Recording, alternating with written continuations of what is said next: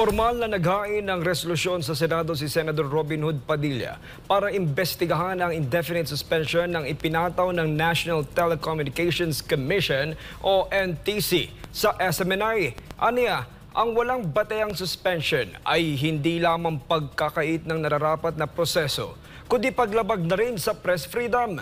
Si Troy Gomez sa report.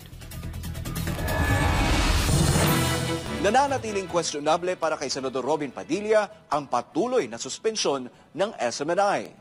Mag-aapat na buwan na pero di pa nakababalik sa ere ang SMNI matapos itong suspindihin indefinitely ng National Telecommunications Commission o NTC. Sa SMNI umiere ang mga programa ni Pastor Apollo C. Kibuloy ng The Kingdom of Jesus Christ at maging ang programa ni dating Pangulong Rodrigo Duterte na gikan sa masa para sa masa. Una nang sinabi ni Padilla na ang suspensyon ay dala ng pamumulitika.